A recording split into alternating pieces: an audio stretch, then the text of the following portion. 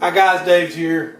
Well, today we're going to look at a refrigerator here. Now this could be any refrigerator, but this is a little older model, but this is something you can check.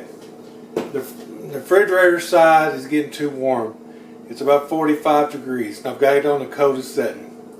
The freezer side is not getting cold enough.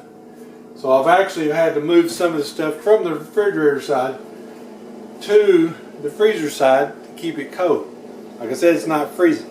So let me show you why here. Let me move this food here. Okay, as you can see in the video here, it's iced over in the back. That's not good. It's not supposed to do that. It's supposed to defrost and melt this ice before it does that.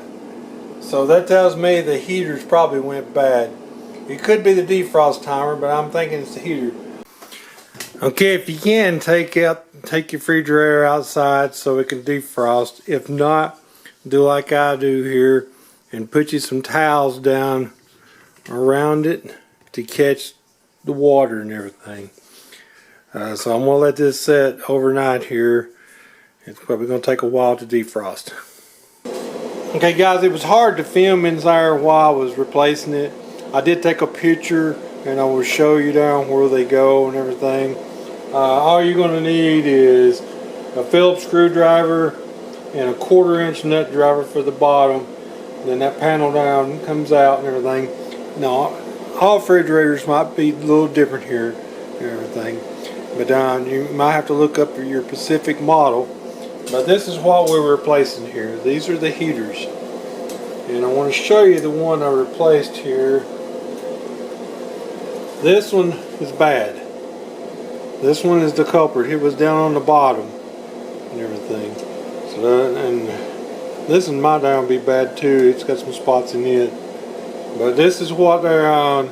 Defrost is the freezer side. And with the freezer side, if it's all frozen up in there, it affects the refrigerator side. So you can buy these off eBay pretty cheap.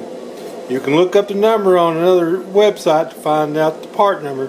But I bought these on eBay and saved about 60 bucks. They just got a screw on each side to put them in. It's real simple. I'll put a picture up here like I said.